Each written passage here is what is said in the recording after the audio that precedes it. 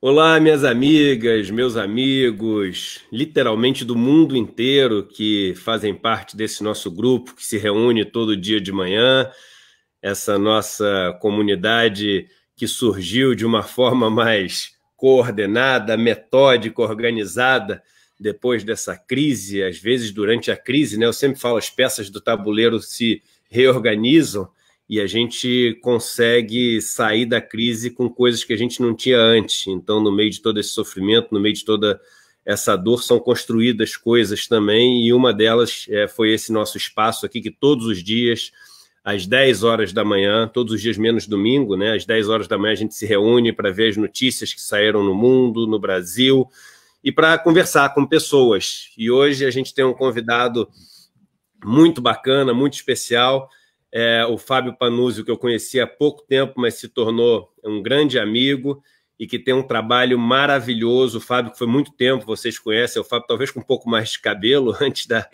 de ter sido pego nos protestos de ontem. Foi bem, Mas pegou. o Fábio, durante muito tempo, apresentou, foi o âncora aí do Jornal da Bandeirantes. Vários de vocês estavam acostumados a toda noite encontrá-lo, e agora podem continuar todos os dias encontrando o Fábio também. Ele tem a TV Democracia, um canal que tem, eu acho que quase 8 horas de programação por dia no YouTube. É uma equipe assim incrível, fantástica, com programas de noticiário, de opiniões. Então, a gente vai falar sobre isso ainda ao longo do programa, mas a primeira dica já do programa, antes de dar bom dia para o Fábio, é que todos vocês sigam a TV Democracia aqui no YouTube. Vale muito a pena, é um bom lugar para se informar, ouvir opiniões, e tem opiniões até de vários espectros, né? Eu não ligo muito quando está passando as opiniões lá do lado da direita, que eu conheço bem essas opiniões, eu fico mais aqui no lado progressista, mas o bom é que no Fábio todo mundo pode acompanhar, que vai encontrar muita coisa lá. Eu queria dar aqui boas-vindas e bom dia para o meu amigo. Bom dia, Fábio. Ô, Eduardo, bom dia. Olha, primeiro, muito obrigado pelo convite. Muito importante estar falando aqui. O Eduardo, gente, virou um parceiraço aqui da gente desde que eu resolvi sair da mídia formal, né? Para abrir isso aqui. Encontrei o Eduardo por um acaso, um amigo nosso, que é o Florestan Fernandes, apresentou, e ele tem sido muito generoso na orientação, né? E eu vejo, Eduardo, com muito gosto, assim, esse seu crescimento de importância no ambiente da internet, porque a sua obra é fantástica, a sua vida é um espetáculo, e as suas posições são muito legais. Então, assim, muito orgulhoso de estar aqui na sua live aqui. Já vou fazer um merchan aqui da camiseta que você inventou. Somos 70%. Essa Ficou camiseta, demais na essa aí. verdade, foi demais, né? Foi um esforço promocional Muito aqui legal. para que a gente amealhasse mais pessoas para as ruas, né?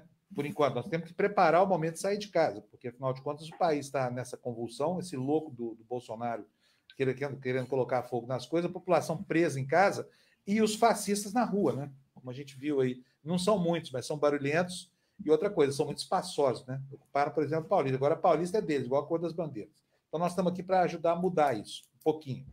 É isso aí. Pô, nota 10, já temos 2.000 pessoas ao vivo nos assistindo com 3 minutos de live. E eu queria pedir, como todo começo de live a gente faz, e hoje não é só um começo de live, é começo da semana. Então vamos começar acelerando, né?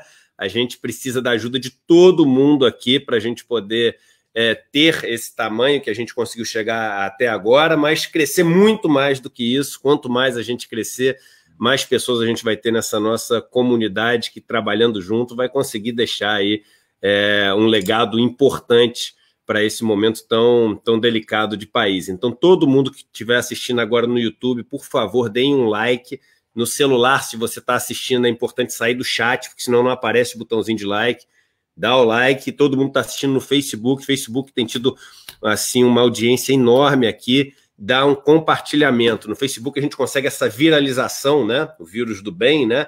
De uma maneira muito rápida, porque você tem um compartilhamento. Então, um vai para 1.000, de cada um dos 1.000 vai para 1.000, daqui a pouco você já está em 1.000.000. Então, todo mundo like, compartilhamento agora, é esse momento que todos contribuem para esse nosso espaço ter uma repercussão e uma capilaridade muito grande. Bem, vamos lá, vamos começar falando de mundo, depois a gente vai falar de Brasil, vou mostrar alguns gráficos para vocês interessantes hoje, e sempre bom a gente ter essa ajuda aí da parte visual para entender o que está acontecendo. Já vi aqui pessoal da Espanha, da Suíça, da Austrália, todos os dias, Fábio, a gente tem gente do mundo inteiro literalmente assistindo e fazendo parte desse nosso encontro aqui. O mundo, que ao longo do final de semana bateu duas marcas tristes, né? Você teve mais de 400 mil pessoas mortas, esse número foi atingido esse final de semana, então são 406 mil mortos até agora por conta da Covid, são 7.114.000 casos por conta da Covid, também a marca de 7 milhões, a trágica marca, foi atingida nesse final de semana. O país com maior número de casos continua sendo os Estados Unidos, que está quase batendo a marca de 2 milhões de casos, e 110 mil mortes nos Estados Unidos. Dentro dos Estados Unidos, você tem Nova York, que tem números dos países que mais foram atingidos pela doença. Então, o estado de Nova York tem 378 mil casos, com 30 mil mortes, até uma taxa de letalidade bem grande. Tem um gráfico, Fábio, que eu mostro sempre aqui para as pessoas, que é esse gráfico aqui, ó, que mostra o número de novas mortes por dia. Eu vou dar um zoom para a gente ver que uma coisa ruim aconteceu na última semana, que foi o seguinte: depois de estar caindo, depois de várias semanas, né, você tem, sazonal, cada semana no final de semana diminui, começo da semana aumenta, porque muitos países, muitos estados não compartilham os dados durante o final de semana, e aí no começo da semana eles acumulam, por isso você tem esse aumento. Mas veja que sempre o pico era menor que o pico da semana anterior, e nessa semana você voltou a aumentar um pouco. E por que isso acontece? Eu vou compartilhar aqui uma tela com vocês. Então, Rafa, fique esperto aí, porque a gente vai compartilhar a tela. Então, esse gráfico é um gráfico muito interessante para que todos vocês possam ver. Ele mostra o número de novos casos que você tem, não de novas mortes, número de novos casos. E esse dado impressiona muito. Muita gente que está acompanhando a doença deu aquela relaxada, acalmada, normalizada no que está acontecendo. Ah, não, já passou. Não passou mesmo. Você teve no mundo, isso aqui é o mundo inteiro somado. Em todo mundo você teve um crescimento rápido no começo, teve um platô e muita gente achou que isso começaria a cair, mas a gente entrou numa segunda onda e está numa exponencial da segunda onda. Esse gráfico divide o número total por regiões do mundo. Então vocês veem que, por exemplo, esse azul ele começou a contribuir muito com o total, mas ele entrou num platô de número de novos casos por dia. Então, o azul, na verdade, é aqui a distância, onde termina o azul e ele começa, ou seja, terminou o vermelho, começa a Europa. Começou o verde, termina a Europa. Então, vocês veem que a largura dessa faixa azul ela vai diminuindo, significa que o número de novos casos na Europa por dia tem diminuído muito. O número de novos casos na América do Norte e nos Estados Unidos tem se mantido relativamente estável, depois de ter crescido bastante, tem se mantido relativamente estável. E aqui o ponto mais triste, ou seja, na Ásia, onde no começo você tem quase todos os casos, na China, você tem um aumento grande de casos e o maior de todos, na América Latina, e África começando a crescer. Em outras palavras, eu acho que está claro para todo mundo que a doença entrou nas regiões mais pobres do mundo e perdeu o controle nas regiões mais pobres do mundo. Só para vocês terem ideia, em lugares como Líbia, Iraque, Uganda, Moçambique e Haiti, o número de casos novos, o número de casos total, está dobrando a cada semana. Em outros lugares como Brasil, Índia, dois países muito populosos, Índia é o segundo mais do mundo, Chile, Colômbia, África do Sul, o número de casos está dobrando a cada 2 semanas. Então, isso mostra um pouco aquela história que eu sempre trago de volta, quando o dono da XP falou o seguinte: não, estamos bem, passamos ali pelo pior momento, o problema são as favelas. No mundo isso também está acontecendo. Nas comunidades periféricas do mundo, né, em várias favelas, ou seja, regiões muito pobres, regiões onde as pessoas não têm saneamento básico, onde as pessoas vivem de forma muito precária do mundo, isso está aumentando muito. Mas ali, pelos grandes centros que você tem no mundo ricos, né, ou seja, Tóquio, Londres, lá no Japão, a gente falou de Tóquio agora, primeiro dia em 3 meses que você não teve nenhuma morte por conta da doença. Então, se você pega Londres, Nova York, Tóquio, etc., a doença está ali controlada. Então, dá essa falsa sensação, principalmente porque é isso que aparece mais nos noticiários, que passou o pior, mas não passou, não passou. Vou mostrar mais uma vez só para vocês entenderem do que a gente está falando. Por favor, olhem esse gráfico. Esse gráfico é o seguinte, a gente passou a primeira onda, a gente está estourando no nível máximo, no meio de uma exponencial em termos de mundo. Temos quase 120 mil novos casos por mundo, no mundo, todo dia fazendo recorde atrás de recorde, atrás de recorde, atrás de recorde. É impressionante, aí eu já queria trazer o Fábio para a primeira participação, como isso que vem da mídia faz as pessoas terem uma sensação que elas estão vivendo num mundo tranquilo ou num mundo agitado. E é impressionante, né, Fábio? Porque a gente está no auge do caos, em termos de mundo, se um marciano olhando para a Terra, eles falam, caraca, eles estão no auge do caos. Mas as pessoas estão com uma sensação de que o pior já passou, porque nos lugares mais ricos já passou. Que é um absurdo total. A gente está vendo aí, pode... Qualquer um que quiser informação sobre isso, vai lá, WHO, em inglês.int, e vai ver que é exatamente esse quadro. Quer dizer, nós estamos ainda não atingindo no planeta o pico. Agora, no Brasil, Eduardo, é muito pior a situação do que no restante do planeta. Porque a curva aqui, ao que tudo indica, está se acelerando, né? Nós temos um processo de subnotificação no fim de semana e, obviamente, que se a gente pegar a estatística mundial, vocês vão ver aqui, em lugares como a Espanha, onde a contaminação foi drástica, havia o elemento surpresa, Itália, né, e outros lugares do mundo, houve uma tentativa de mitigar o mais rapidamente possível essa transmissão virótica, contendo a população em casa, aplicação de multa, tudo isso. Não aconteceu no Brasil. Agora, aqui está desse jeito, por quê? Vocês podem ver que esse vírus aí é uma espécie de termômetro da má política, sabe? Onde no mundo isso está ruim, é exatamente onde o governante assume essa postura do nosso capitão aqui, que eu já não chamo mais de presidente, porque eu acho que não tem legitimidade. Então, nós estamos vendo aí, o Brasil, o segundo lugar no mundo, vamos chegar provavelmente daqui a 2 ou 3 dias em 40 mil mortos, né? Isso é só o começo, porque com essa atitude negacionista nós vamos aí para casa de 120 a 150 mil mortos em agosto. O pessoal está pedindo para você falar um pouquinho mais alto, Fábio, por favor. Alô, só um pouquinho. Tá ruim aqui meu áudio? Não, o pessoal está reclamando, só que está um pouquinho baixo. Todo mundo quer te ouvir, rapaz. Celebridade aqui na live, todo mundo quer ouvir mais alto. Eu cheguei meu microfone aqui, melhorou esse áudio aí para vocês? Não? Melhorou? Então é isso. Então, assim, eu acho que o resultado desse gráfico aí, que é um gráfico nefasto, reflete o compromisso do governante com a saúde da sua população. Onde vai mal a política de saúde. Estados Unidos, por exemplo, é degradante, né? A maneira como o Trump é desrespeitoso. E aqui no Brasil, não precisamos nem falar, nós temos um maluco presidindo o país, entregando a população para adoecer com esse vírus num cronograma em que ele acha que 30 mil mortes é algo que pode dizer, não, todo mundo tem o mesmo destino. Então, para mim, tem o seguinte, esse vírus que é uma tragédia incrível, é também o termômetro da má política. Se a coisa vai mal no local onde a gente está olhando, é porque os líderes desse país são os bananas, são os frouxos, ou quando não são os fascistas, como é o caso aqui do Brasil. É verdade. Temos aqui 4.500 pessoas já nos assistindo. Fábio, todo mundo veio assistir o Fábio hoje aqui. Lembrando todo mundo que está entrando que vocês podem assistir o Fábio mais tempo na TV Democracia.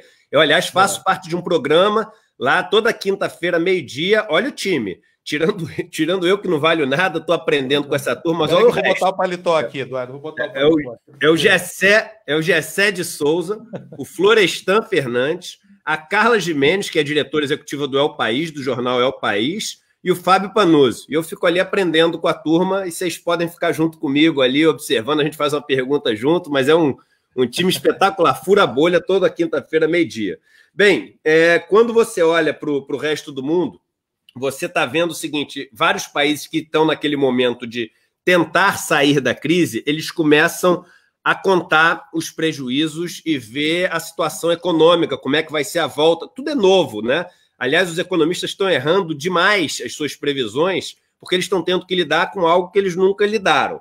Então, na China, foi engraçado, porque no mês passado, eles acharam que as exportações iam cair 15% para o resto do mundo, as exportações em dólares da China. Elas subiram 3,3%. Ou seja, 3,5%. Então, eles erraram em 18% se for a diferença absoluta, né? Já esse mês, as exportações chinesas, depois de ter um mês alto, né, no passado, elas caíram 3,5%. E aí um dado importante, as exportações chinesas nesse mês caíram 3,5%, depois de surpreender subindo no mês passado, e as importações chinesas caíram 16,7%. O que isso quer dizer, gente? Quer dizer um monte de coisa. Primeiro quer dizer o seguinte, a China está exportando menos. Quando a China está exportando menos, isso significa que o mundo inteiro começou a sentir um baque grande na economia, no seu total, né? A China é um grande termômetro desse comércio global, a partir de agora. Começou essa fase dessa queda abrupta da atividade econômica global. No mês anterior, você ainda tinha algumas substituições. Então, por exemplo, as pessoas começaram a importar respirador da China, começaram a importar máscara da China, começaram a importar coisas que eles precisavam. E você ainda tinha uma coisa que existe, que é o seguinte, uma antecipação, né? A gente está vendo esse momento de crise, vamos comprar comida, vamos comprar coisas para aumentar os estoques, etc. Toda vez que você tem um medo de uma crise muito grande, várias pessoas tentam antecipar para estocar e poder atravessar a crise. Depois que elas estocam e se antecipam, você tem realmente uma queda. Então, você tem uma queda global dessa importação de produtos da China, e a China importando produtos do mundo, você vê isso despencando. Quando a China para de importar de outro país, o país automaticamente para de exportar para a China. Parece óbvio isso, mas a gente tem que ter na cabeça que esse número da China contra o resto do mundo é o mesmo número do resto do mundo contra a China. Então, ou seja, o resto do mundo no último mês exportou para a China 16,7% a menos do que antes. Países que têm pautas de exportação muito ligadas à China, como o Brasil, por exemplo, vão sofrer muito, então, se a gente continuar com esse tipo de comportamento da economia chinesa. Então, é a hora da gente começar a ficar ligado nessa história, porque as novas peças do quebra-cabeça estão sendo colocadas na mesa e a gente tem que ver onde é que a gente para nessa história toda. Até agora, a única coisa que a gente sabe é que a gente vai parar mal no Brasil. Porque a gente está brigado com a China, que é o único lugar do mundo onde ainda tem uma atividade relevante, forte e uma capacidade de demanda interna grande, que já se mostrou menor do que as pessoas imaginavam no último mês, né? A demanda interna da China faz com que a importação também seja maior ou menor. O país que a gente está mais grudado, que é os Estados Unidos, é o país que está vivendo o maior caos nessa questão da crise. Os Estados Unidos, que teve um aumento do emprego no final de semana passada de 2,5 milhões de postos de trabalho, contrário também ao que os economistas imaginavam, que acharam que ia ser uma queda. Novamente, eles estão perdidos no mundo inteiro, na China, no Japão, nos Estados Unidos, em tudo que é lugar, mas a gente viu as características desses postos de emprego que voltaram. Postos muito ruins, os brancos conseguiram novos postos, os negros perderam ainda postos de trabalho, são postos muito ligados a trabalhos com baixa qualidade, trabalhos que não são estruturais, ou seja, que você sabe que vai manter ao longo dos próximos meses, então uma situação ainda muito frágil nos Estados Unidos. E o Brasil virando um pária no mundo, muita gente falando por conta de vários problemas, não só da crise da Covid, por causa da Amazônia, desse desmatamento que a gente está fazendo, por causa de um monte de problema, cortando relações, diminuindo coisas que vão exportar para o Brasil, decidindo não comprar mais nada do Brasil, ninguém mais pode visitar o Brasil, não pode vir do Brasil para os outros países. Então o Brasil, voltando dessa crise, que a gente ainda não está nem perto de pensar nisso, vai voltar numa situação muito ruim em relação ao mundo. Eduardo, hoje tem algumas notícias muito preocupantes. Por exemplo, o Brasil agora é o segundo maior parceiro nas compras da Argentina. Não é mais nas compras de soja da Argentina. A China compra mais da Argentina do que o Brasil. Quer dizer, nós estamos perdendo proeminência no mundo. Você tem, ao mesmo tempo, lá os democratas americanos querendo sancionar o Brasil, impedir que a gente tenha privilégios aduaneiros. Você tem a perda do Fundo Amazônia, que já era, né? Você tem uma reação brutal contra produtos brasileiros na Europa. Então, quer dizer, o mundo está ficando muito estreito para nós. O mundo está ficando cada dia que passa menor. Num período em que essas relações que sempre foram relações muito prolíficas para o Brasil estão sendo destruídas por causa de uma política que confronta o mundo, né? E, olha, pegou muito mal essa história desse fim de semana do Bolsonaro, de repente, censurar. Para mim, foi o primeiro ato formal da ditadura do Bolsonaro, sabe? Porque isso não se faz. A Constituição foi derrubada aí. Por quê? O princípio que norteia a administração pública é o da publicidade. Você não pode esconder as coisas assim das pessoas. Como assim? O mundo inteiro caiu de pau em cima da China, porque a China, no começo da pandemia, negligenciou a divulgação dos números, manipulou. E o que o Brasil está fazendo agora? Se não é exatamente a mesma coisa. Como é que o comportamento dos governantes aqui pode ser distinguido dos ditadores de lá, que a gente critica tanto por causa da falta de liberdade, quando aqui eles querem aplicar a mesma lógica? Tudo bem que ele voltou atrás, mas a gente não sabe como vai ser feita a tabulação desses números, né? Ontem mesmo havia, quando o governo finalmente desistiu de manipular a informação descaradamente, havia uma diferença brutal entre os dados apresentados antes e os dados apresentados na véspera. Ou dados apresentados até no mesmo dia, quer dizer, não tem consistência nenhuma. Aí o que é pior é o seguinte, já é um governo que não tem zero de credibilidade.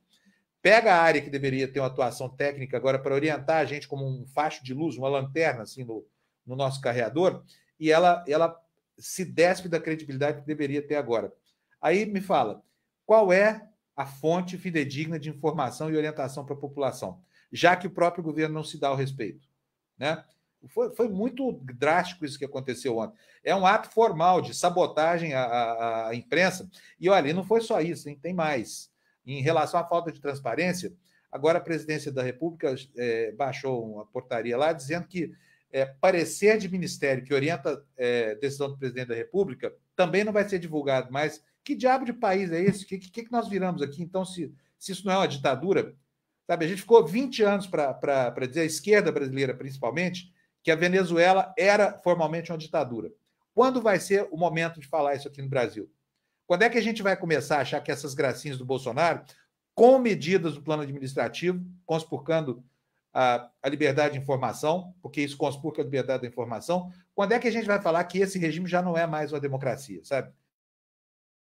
Totalmente de acordo, Fábio. E esse número, ontem, o governo divulgou um número de 1.382 mortes, e 1h30 depois ele foi e mudou o número para 525 mortes e não deu nenhuma explicação da diferença. Então, isso assim, é um absurdo total que está acontecendo, porque só tem duas alternativas, gente. Só tem duas alternativas. Se o governo dá um número oficial, de 1.382 mortes, 1h30 depois, o governo dá um número de 525 mortes, ou o governo está querendo propositalmente confundir a informação que a população tem sobre a doença que está matando brasileiros num ritmo que nas últimas décadas nada matou no Brasil.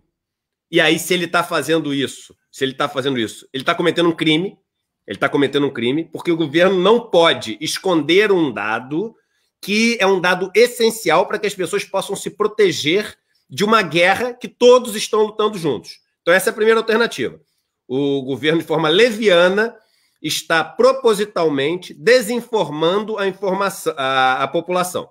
Segunda alternativa é o seguinte: o governo realmente está completamente perdido e não tem noção do que está acontecendo. As duas alternativas são péssimas. E não tem uma terceira alternativa. Não existe. Ou o governo está perdido ou está mal intencionado. E olha só, o que é você estar num lugar onde o governo está absolutamente perdido ou absolutamente mal intencionado. Mas a gente já vai vir aqui para o Brasil, só para finalizar lá fora, os efeitos políticos seguem acontecendo.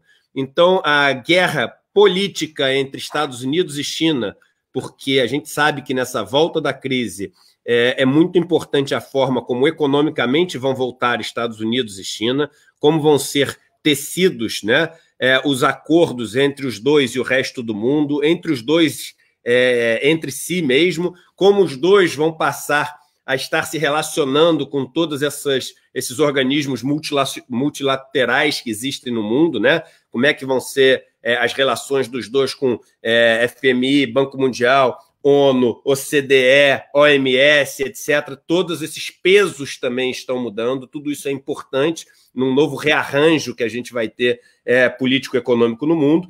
E você tem que os Estados Unidos fez algumas declarações que foram rebatidas pela China de forma muito enfática ontem.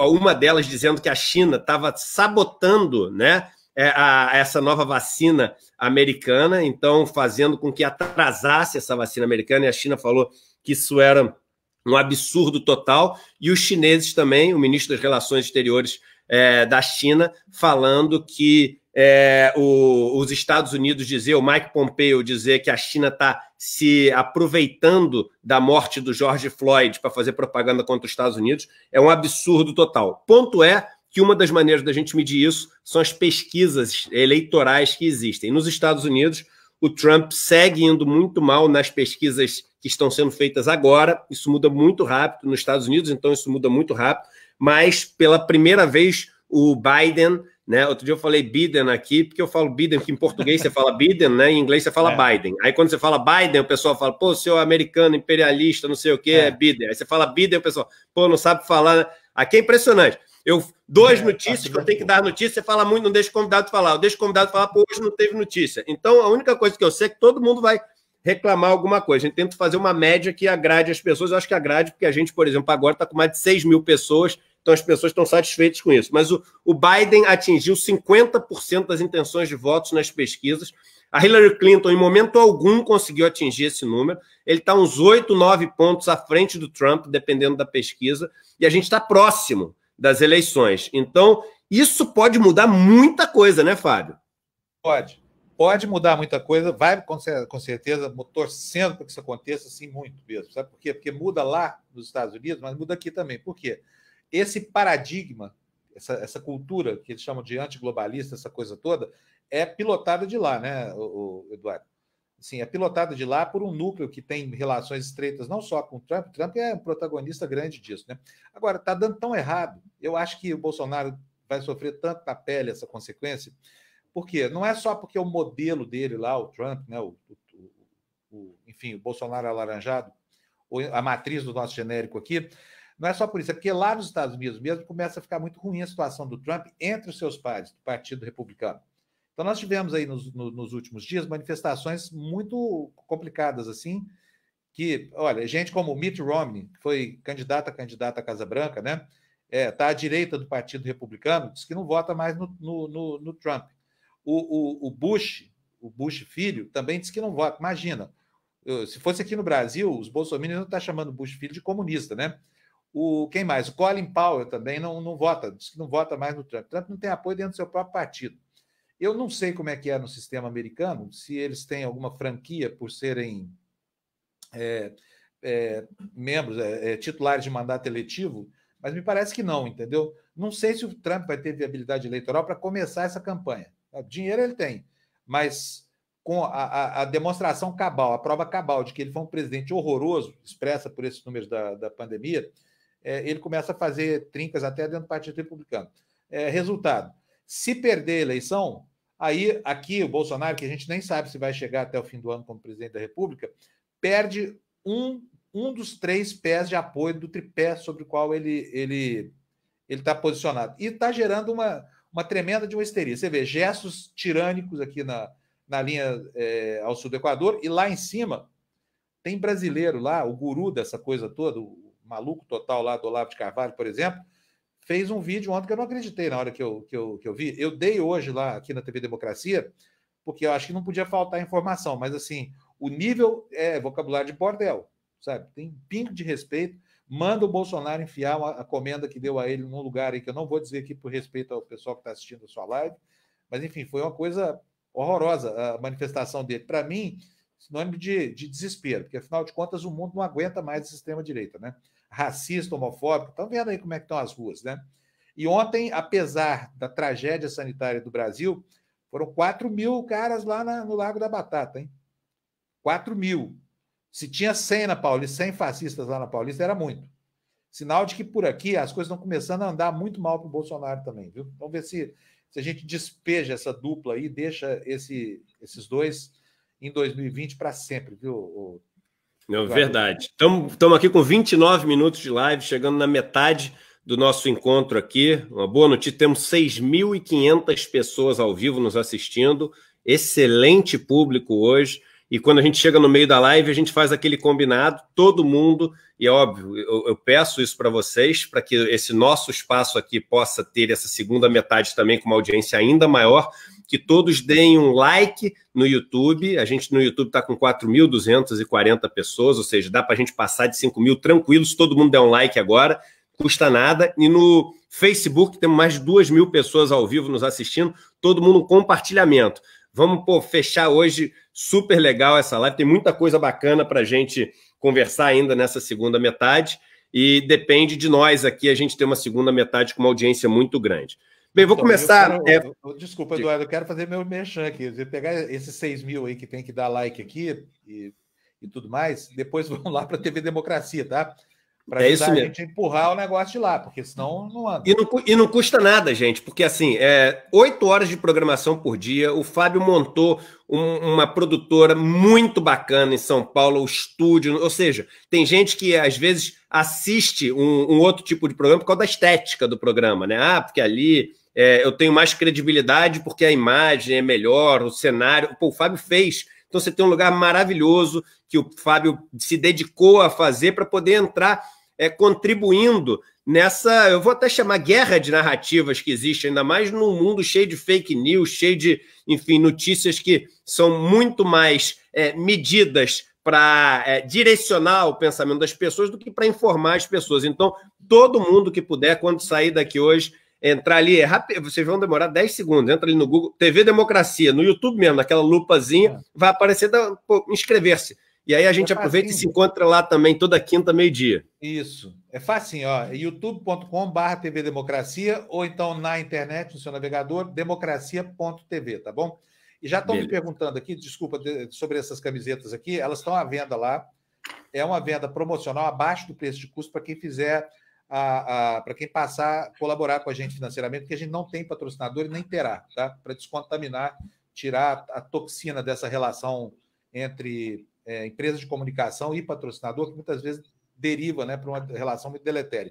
A gente não quer isso, portanto, a conta a gente repassa para quem assiste. A gente acha que a gente tem utilidade para sobreviver.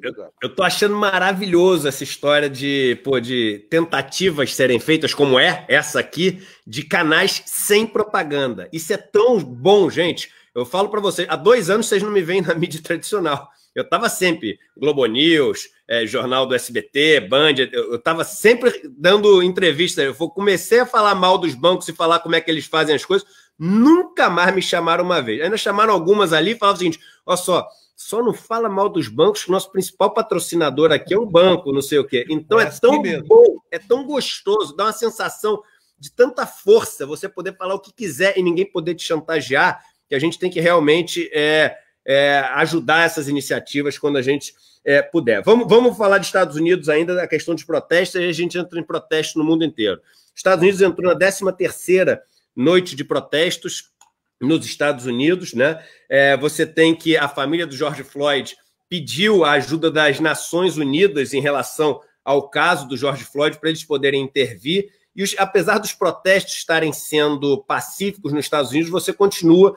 Seattle, por exemplo, nessa madrugada, teve uma confusão grande em Seattle, teve pessoas presas, teve pessoas machucadas. Então você continua, porque o clima ainda e tem que ser, né, um clima muito tenso de protestos. As autoridades sanitárias, as autoridades de saúde no mundo inteiro muito preocupadas com uma eventual segunda onda em países que tinham controlado a doença por conta desses protestos, apesar de estar existindo uma preocupação muito grande de fazer com que as pessoas se protejam, tendo distâncias seguras, que vistam máscaras, usem álcool para poder se limpar, num dado momento as pessoas se perdem ali pela emoção, que é você participar de um protesto como esse. E aí um ponto interessante que eu queria passar para você, Fábio, é o seguinte: tem sido muito discutido em vários países, o Macron hoje falou sobre isso na França, eu sei que nos Estados Unidos alguns governadores falando sobre isso. Infelizmente, aqui no Brasil, isso não tem até agora sido uma preocupação que a gente pode notar como sendo algo que tem prioridade, mas o mundo inteiro discutindo o papel das polícias, né? Da violência das polícias. E é muito importante. A gente já teve aqui um convidado, aliás, vale até a pena você convidar lá para a TV Democracia, o Luiz Eduardo Soares. Ele fala sobre essa... Então, ele fala sobre essa questão da polícia com assim, uma visão interessantíssima. E aí ele fala aqui no Brasil da desmilitarização, né? ou seja, você ter a desmilitarização das forças policiais, etc., no combate. E parece, para muita gente no Brasil, uma maluquice. Pô, isso é coisa de maluco, é comunista, utópico, não sei o quê, como é que não vai ter polícia? Vai todo mundo sair para a rua, se matar, etc. E aí eu queria dar uma informação para vocês, que é o seguinte, começou esse debate em Minneapolis, onde teve esse assassinato do George Floyd. Começou o debate, que é o debate que o Luiz Eduardo Soares, há muito tempo, traz aqui no Brasil, e que todo mundo diz que ele é um maluco, todo mundo não, mas uma boa parte diz que ele é um maluco, comunista, socialista, não sei o quê, quer proteger bandido, quer proteger ladrão. Esse debate começou em Minneapolis, de desmilitarização e substituição da polícia por um novo modelo de segurança pública. Então, assim, não sei se é bom, ruim, não sei o quê, mas o debate dessas coisas a gente tem que ter, a gente tem que baixar um pouco a guarda quando a gente vê que as coisas estão dando errado, para debater maneiras novas, nem que seja para fazer a mesma coisa de um jeito um pouco diferente, colocando limites, etc. Mas para a gente ver o erro que a gente está cometendo, a gente tem que discutir coisas novas. Então, só para vocês saberem, Minneapolis, Estados Unidos, país cujo presidente é Donald Trump, país que tem mais história de guerras, investimento em armas, etc., do mundo, discutindo desmilitarização da polícia em Minneapolis, Fábio. Pois é. Olha, aqui no Brasil, a polícia, eu acho que é uma instituição que há muito tempo se perdeu, como instituição mesmo.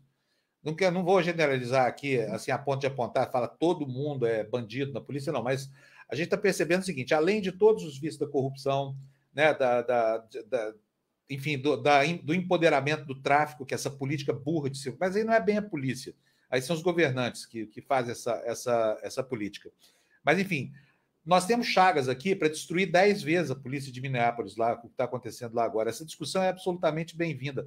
Passou da hora. E outra coisa, essa condição de força auxiliar das Forças Armadas está desvirtuando completamente o papel das polícias militares no Brasil. Por quê? Porque elas estão agora batendo continência para o comandante-chefe das Forças Armadas. Isso começou a ficar muito claro, apesar de que o governador de São Paulo fala que não, eu estou mandando, eles estão fazendo essa coisa. Aliás, deixa eu apontar aqui, exceção para o dia de ontem, hein?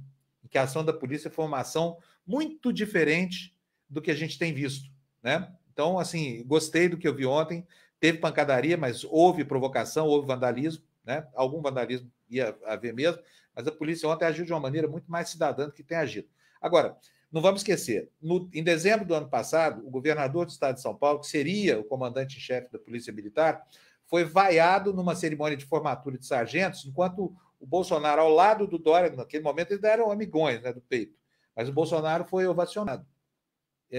Outro dia nós tivemos aí nas ruas de São Paulo, às 5 horas da tarde, os caras, pau quebrando na Paulista, eles param tudo e começam a fazer continência para os manifestantes fascistas. Que história é essa? E aí aparece a filha louca de um general com um taco de beisebol, uma arma branca na Paulista, e o soldado põe Aquela moça era filha de general? Aquela moça do taco de beisebol? Filha de general. Filha de general. Então é o seguinte, inclusive, ela fala isso para o policial que aborda, ela fala, olha, sou filha de general. Ele bota a mãozinha no ombro dela e leva. Se fosse um sujeito preto, corintiano, da oposição, fazendo protesto antifascista, tinha tomado bordoada até pedir para parar, entendeu? Mas no caso, não. Então, assim, eu acho que essa alternativa, por exemplo, estados absolutamente corrompidos, como Rio de Janeiro.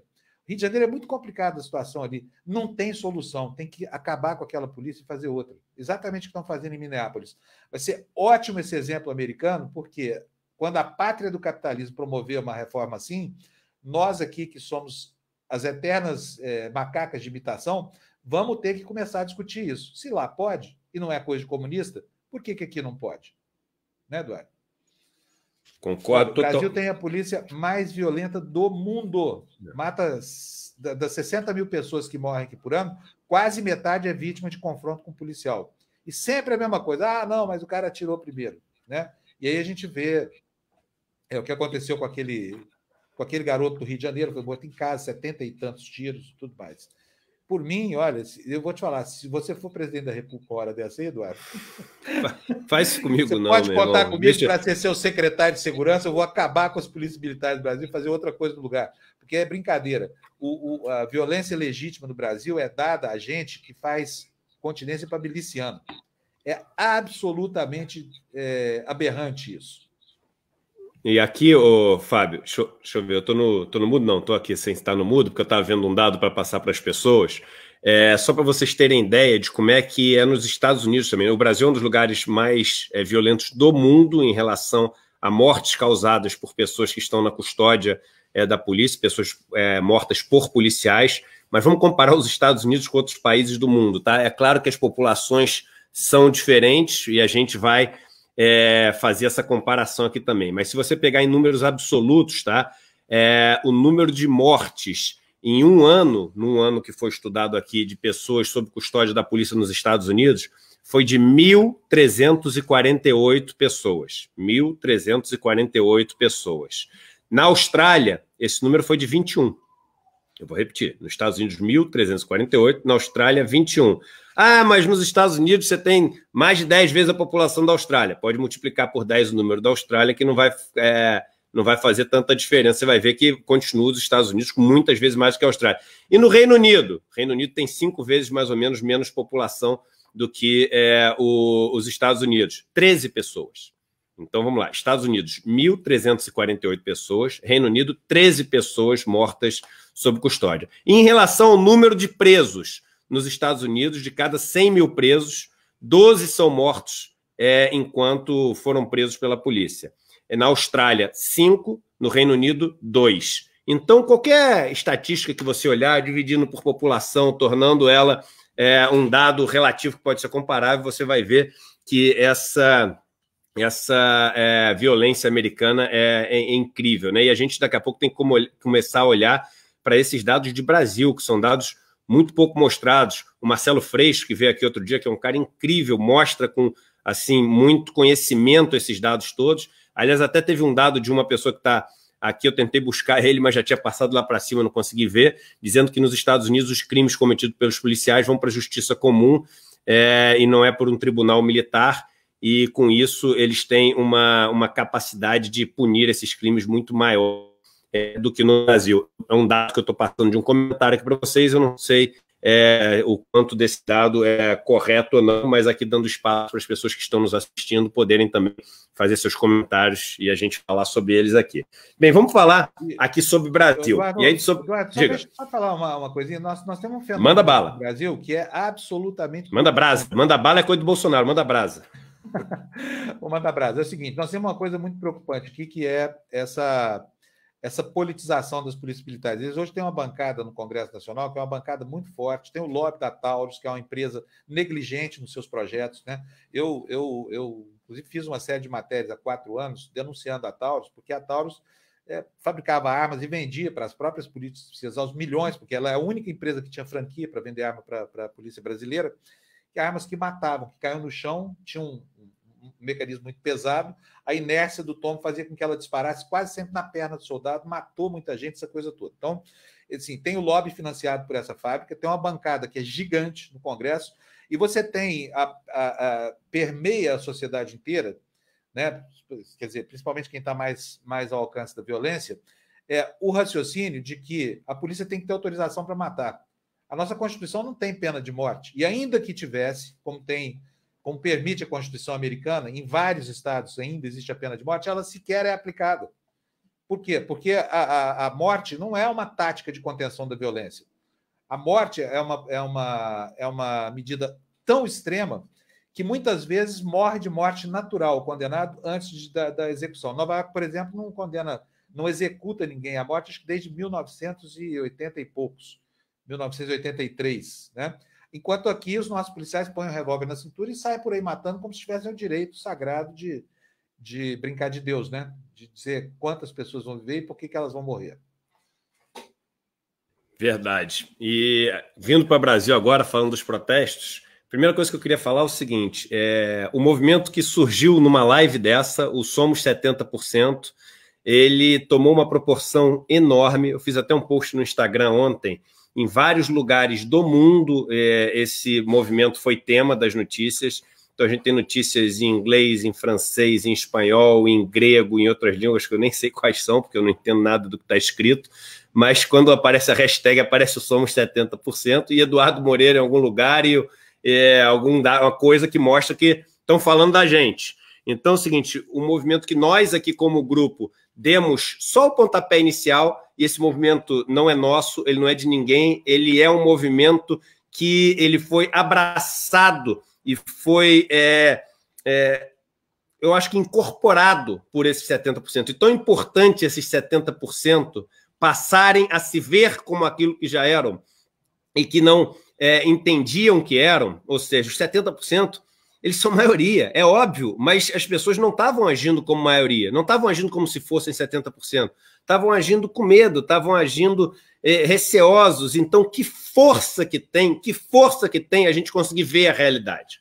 Que força que tem a gente tirar a casca que tenta esconder o verdadeiro poder que um grupo tem. Tem uma coisa que é interessante, quando você, pelo menos dizem, né, essa história dos circos, quando nasce um elefante, você prende ele com um cabo, que é um cabo fininho, num toquinho de madeira assim, porque o elefante é muito pequenininho, ele não consegue se desgrudar do toquinho de madeira. Quando ele fica grande, você só precisa botar o mesmo cabinho, o mesmo toquinho de madeira, que ele não sai, porque ele acha que não pode arrebentar. Porque na cabeça dele, ele acha que ele é aquele elefante pequenininho, ele acha que ele é os 30%.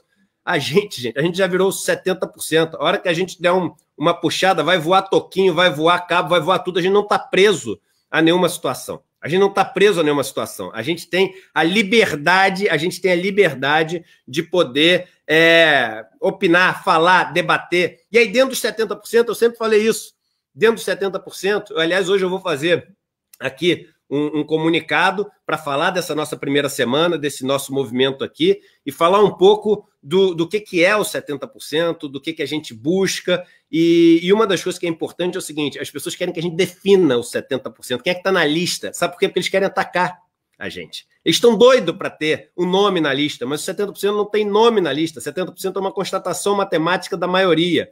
Então, eles não vão conseguir atacar a gente. Eles querem que a gente defina, exatamente porque eles não querem que o movimento fique cada vez maior. Definir é uma palavra que vem de dar fim, por isso que é definir.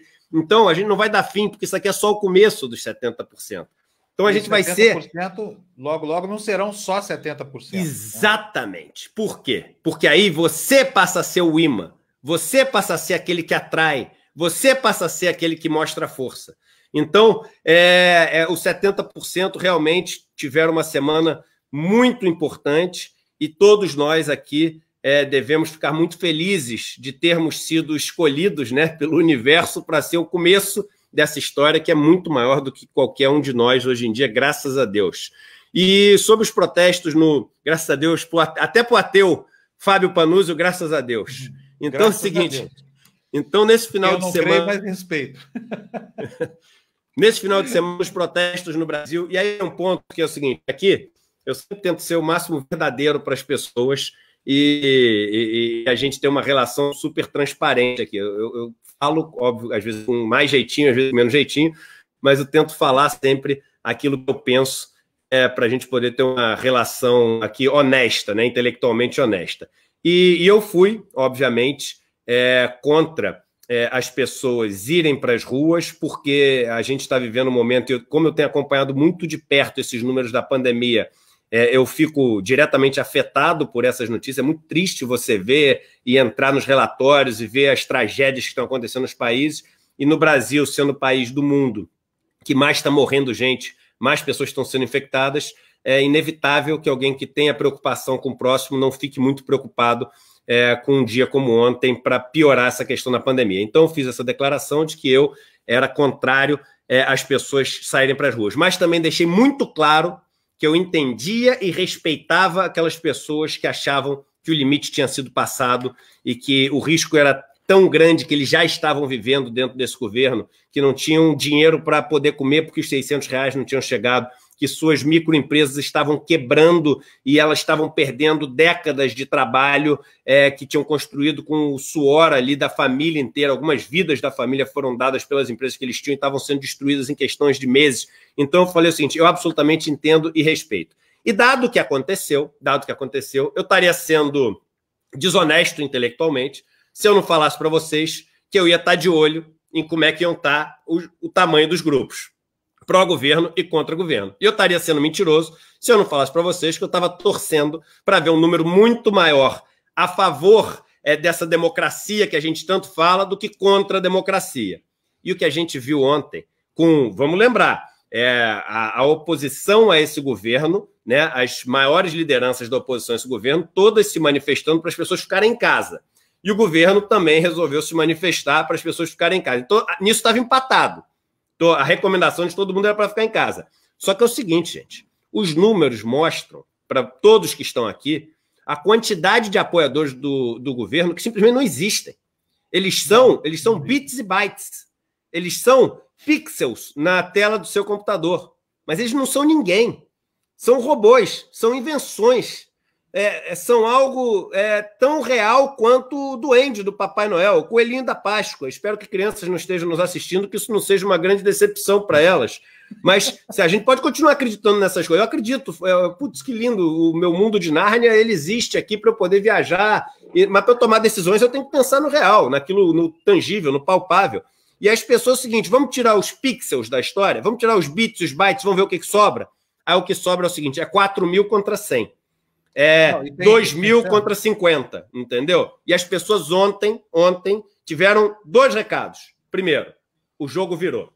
O jogo virou porque a farsa foi descoberta e os bits e bytes foram escancarados. E essa é a primeira coisa. E a segunda coisa é a seguinte, gente. O governo, ele não tem mais capacidade nem legitimidade de falar pela população brasileira. Porque, claramente, os 70% não estão sendo vistos, ouvidos e representados por esse governo. Ontem foi muito importante para mim, apesar de pequena por conta da pandemia, em números absolutos, né? Não em números relativos, mas em números absolutos, foi muito importante as manifestações de ontem como recado. Fábio. Do que isso, hein? É o seguinte, as fotos aéreas mostram exatamente a diferença de tamanho entre uma coisa e outra. Os bolsonaristas, os fascistas, os nazistas, esse povo maluco que está ao redor do nosso ditador, essa gente não tem medo de vírus, porque eles não acreditam em vírus, eles não acreditam na ciência, eles acham que o pastor Malafaia vai lá abençoar e vai sarar, eles deixam lá um dízimo e o cara faz uma reza estelionatária daquelas e está tudo resolvido. Agora, o lado de cá não é assim. É gente que tem respeito pela ciência, que tem religiosidade, mas é uma religiosidade saudável, não é fanático religioso nem nada. Mas, a despeito disso, vocês viram a diferença de tamanho. Foram 40 vezes. Uma paulista, olha, um Largo da Batata foram 40 paulistas. Tá? É muita gente que está. E todo mundo num ato de heroísmo para estar ali. Eu conversei agora de manhã aqui, a gente fez uma entrevista com o Chico Malfitani na minha TV Democracia, e o Chico estava feliz da vida, porque eles mesmos estavam receosos, viu, Eduardo? Que a posição, essa sua posição é uma posição de bom senso. O Emicida falou a mesma coisa. Eu ontem, inclusive, não fui lá, queria muito ter ido, mas não fui, porque eu sou cardiopata e tenho hipertensão, tomo omeprazole, então não fui lá. Mas fiquei aqui morrendo de vontade, me coçando. Se não fosse um médico tão bravo quanto que eu tenho, eu teria contrariado as ordens dele e ido para lá também. Mas eu considero que os que foram, correndo o risco da contaminação, correndo o risco de apanhar da polícia, correndo o risco de ser admoestado aí por um nazista desses armados, que tinha vários, né? Vocês viram lá na Paulista, você viu a diferença de tratamento? Tinha banda do lado dos antifascistas? Tinha. Mas eles deixaram a manifestação se dispersar e só então se apresentaram. Ou seja, eles não eram parte do movimento. Era um apêndice que estava ali colado, esperando o momento de deflagrar aquela onda de selvageria, que nem foi tão grande assim. Agora, lá na Paulista, não. Coquetel Molotov, arma branca de tudo quanto é jeito. Quer dizer, prenderam um monte de nazista lá que estava preparado para o confronto, né? Então, assim, eu também acho que ter ido é uma coisa temerária do ponto de vista da saúde pessoal, só que tem um momento da vida em que a situação está tão grave, tão difícil, que cabe sim um ato de heroísmo como esse, sabe? Então eu queria até agradecer aos que foram lá ontem, porque nos representaram lá, né? São parte desses 70%, a parte mais brava e aguerrida que estavam lá, disposta a qualquer coisa, né? Então foi muito legal o resultado, até para mostrar que não somos só 70%, outros eram 10%, os fascistas eram 10%. Ou seja, se a amostra estivesse valendo, hoje teria que mandar imprimir aqui, ó, somos 90%. É isso aí. E lembrando que o Somos 70%, ele vai muito além de sou a favor ou contra o Bolsonaro. 70% é a favor de preservar a Amazônia, 70% é a favor de que a gente defenda a nossa cultura popular brasileira, 70% é a favor de que as pessoas tenham a liberdade de escolher sua religião e poder viver tranquilos com isso nas suas caminhadas pessoais, 70% é a favor de que a gente ouça a medicina, né, e não impulsos absolutamente lunáticos do presidente da República ou de pessoas que nada entendem de medicina. Então 70% é uma coisa, enfim, é uma estatística muito poderosa, muito maior. Agora, Fábio, já falando aqui e passando aí para suas considerações finais, temos mais de 7 mil pessoas nos assistindo e nas suas considerações finais, faça até o convite para as pessoas fazerem parte da TV Democracia, explique direitinho para elas o que é, mas eu queria falar o seguinte, ontem teve, no meio da madrugada, né, essa fala absolutamente raivosa, destemperada, descontrolada e mal educada do guru do Bolsonaro. E nos últimos meses a gente teve o Moro largando o barco e jogando os problemas todos ali no ventilador, né? Sempre gosto de lembrar o seguinte, pô, se o cara teve lá durante todos esses meses que ele passou, mais de ano aí no governo Bolsonaro, ele é cúmplice de tudo que foi feito enquanto ele estava no governo Bolsonaro, mas ele saiu e deixou o Bolsonaro perdido, porque muita gente defendia o Bolsonaro, porque falava assim, não, porque olha só, ele está com o Moro. Aí ele sai, o pessoal fica perdido. Não, mas ele está com o Olavo. Aí o Olavo sai, aí o cara não sabe o que falar, aí o Olavo volta, aí o general sai, o general volta. Então, o ponto é o seguinte, quem hoje em dia é a favor do Bolsonaro está completamente perdido. O cara está andando numa corda bamba, balançando o tempo inteiro, porque ele não sabe onde se segurar, porque se segurar no Bolsonaro é muito difícil. É porque você admite uma incapacidade de percepção da realidade total. Você admite que você vive num mundo de fantasia, porque admirar um cara que só fala de morte, que desrespeita o sofrimento dos outros, que faz piada, né, com a tragédia alheia, que não sabe falar sobre nenhum assunto com nenhuma profundidade, que no mundo inteiro é tido como um pária, que se associa ao que existe de pior na nossa política, com o que existe de mais de fisiológico na nossa política, para poder barganhar cargos e verbas e etc. Quando você pega só o Bolsonaro, é muito difícil alguém estar pendurado nele, mas todo mundo que está em volta está saindo, pipocando para dentro, para fora, então as pessoas estão completamente perdidas. Então está muito a base do Bolsonaro,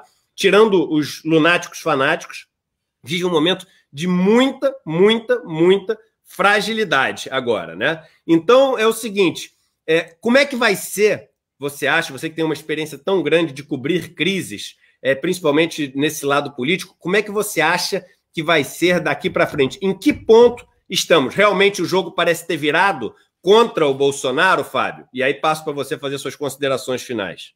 Olha, Eduardo, a gente fica torcendo para que tenham virado, mas o que segura Bolsonaro no poder hoje é apenas o apoio dessa ala mais histriônica dos militares. A gente não consegue saber exatamente o que está se passando dentro da caserna, mas as informações que a gente tem aqui de fora não são boas. Então, assim, o que prende Bolsonaro ao cargo não é legitimidade nem nada disso. Outro dia entrevistamos o Aires Brito aqui, ele falou, olha, são dois serviços que o mandatário tem que prestar ao assumir e ao governar. Primeiro, a eleição o legitima para o mandato, mas depois de eleito, ele tem que prestar serviço da Constituição, e isso o Bolsonaro está fazendo. O Bolsonaro está depredando a Constituição, está usando as brechas de uma democracia para esgarçar a democracia e transformar isso aqui numa ditadura terrível. E vai ser a ditadura daquilo que o nosso companheiro Gessé Souza chama do... Como é que é a palavra que ele diz? Do ressentido, né? O sujeito que é um fracassado, enfim, o estereótipo do Bolsonaro. Bolsonaro era um vagabundo no Exército, conspirou o tempo inteiro, porque era um péssimo militar, foi expulso de lá ao cabo de um processo que teve a sua demissão trocada por uma, digamos assim, uma autoexpulsão.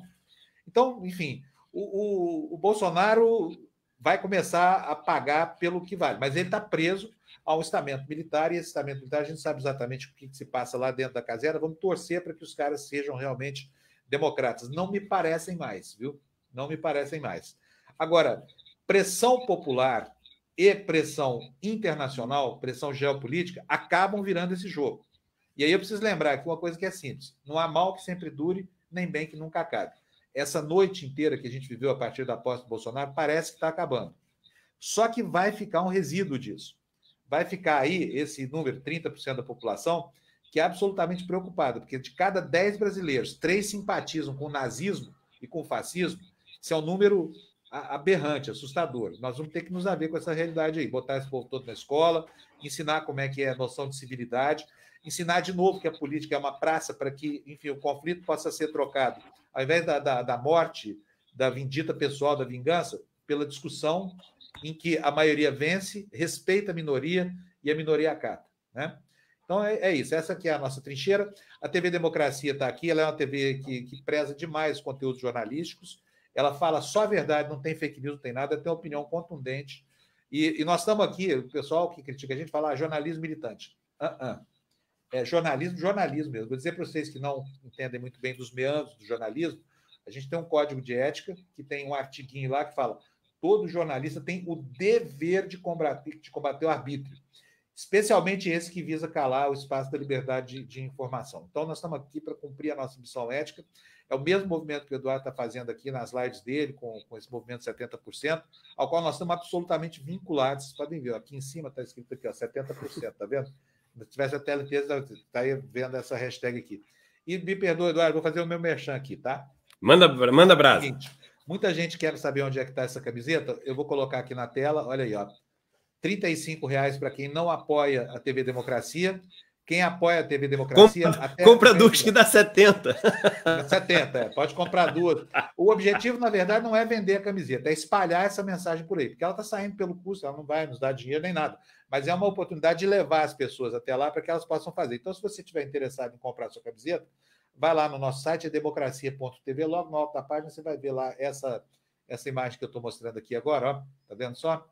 E aí você clica aí e tem os caminhos. Por favor, é no site do Fábio. Não venham aqui me perguntar, Eduardo, como é que compra? Como é que você fez? Eduardo tá vendendo a camiseta. Eu sabia que tinha um esquema. Não tem nada disso. O Fábio, ele explicou como é que é. Ele tá colaborando para a causa. As pessoas que se cadastram lá no canal dele tem lá o desconto, não sei o quê, tem brinde.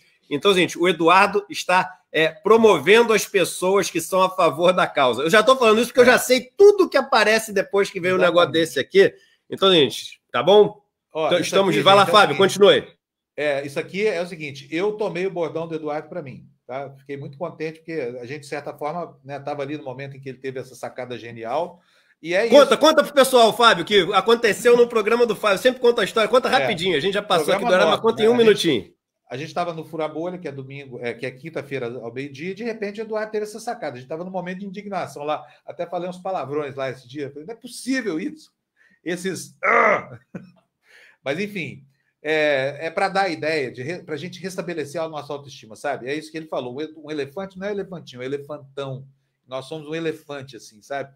E as formigas que estão aí no nosso caminho, sentimos muito, nós vamos passar por cima delas com o peso das nossas toneladas aqui de vida institucional e de vigor, e vai dar tudo certo, tá? Na hora que eles voltarem a entender que eles são minoria, e que ainda que seja uma minoria superdimensionada por robôs, ameaças armadas, essa coisa toda, olha, dane-se. A democracia é um regime em que a maioria manda, e a maioria aqui deplora esse tiranete que nós temos lá em Brasília hoje, chamado Capitão Bolsonaro. É isso aí, Eduardo. Muito obrigado. Eu sei que você tem que voltar agora para a sua grade de programação. Todos que estão assistindo aqui o canal e não assinam ainda, eu vou pedir para que vocês assinem. A gente está próximo de uma marca muito importante aqui, que são os 400 mil assinantes. A gente tem quase 388 mil assinantes aqui. Então, eu vou pedir para todos vocês ajudarem para a gente bater essa marca. E é muito fácil. Quem está assistindo agora que não assina, é só clicar ali no inscrever-se. E quem já assina, manda nos grupos de amigos, de WhatsApp, etc. Porque é muito legal a gente ter essa comunidade com esse engajamento. Poucos lugares têm esse engajamento todo que a gente tem. Vocês viram na última pesquisa que saiu que nós somos um dos 10 canais digitais mais influentes do Brasil aqui, não por causa do número, mas por causa do engajamento. E é isso que faz a gente diferente. Vamos todos juntos aqui construir uma realidade que seja uma realidade mais justa e democrática para todo mundo. Fabião, um abraço, boa sorte aí. Não quero roubar a sua audiência, não, mas a live está terminando. Pessoal, vai lá para a TV Democracia, vão conhecer lá o nosso site, é super legal, vocês não vão se arrepender. E clica lá também, dá like, faz essa coisa toda que o Eduardo pediu para o canal, vocês podem fazer lá, tá bom? Valeu, tchau, tchau. Está lá falando sobre o processo dessa semana, que é importantíssimo, que pode culminar com a cassação da chapa do Bolsonaro e do Mourão? O ex-ministro do TSE, Henrique Argrives. Então vamos lá ouvir o que ele tem para falar sobre esse processo, o que vai acontecer com a nossa vida institucional, né? Fechado. Tchau, tchau. Beleza, Eduardo. Obrigado, viu? Abraço.